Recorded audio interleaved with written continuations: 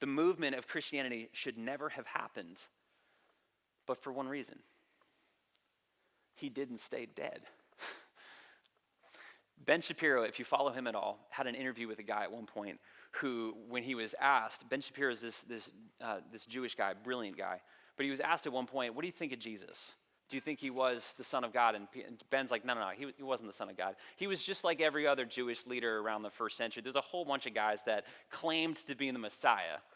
And they had a movement for a little while, and then it all fell apart. Jesus was just one of those guys. And the question that I have for Ben at that point is really this. So why didn't Christianity die? Because he's right.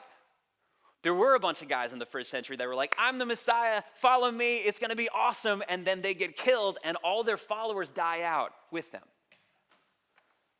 But Jesus's didn't. They were on that way. They were going to give up. They had abandoned him. They'd walked away. Peter denied him 3 times. Like everything was lost. And then it wasn't.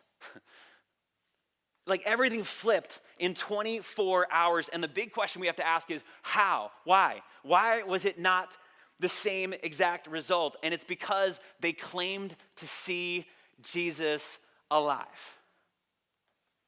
And they didn't just claim it. They had seen him alive.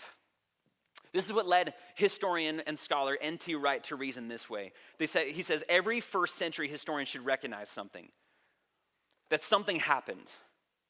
Something which was not at all what they expected or hoped for, around which they had to reconstruct their lives. The early Christians didn't invent the empty tomb, and the meetings were sightings of the risen Jesus. Nobody was expecting this kind of thing.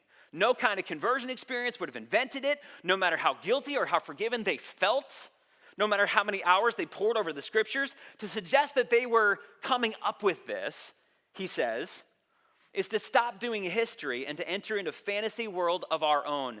Peter claimed in Acts chapter 2, verse 32, he says, God raised this Jesus to life, and we were all witnesses. We saw it.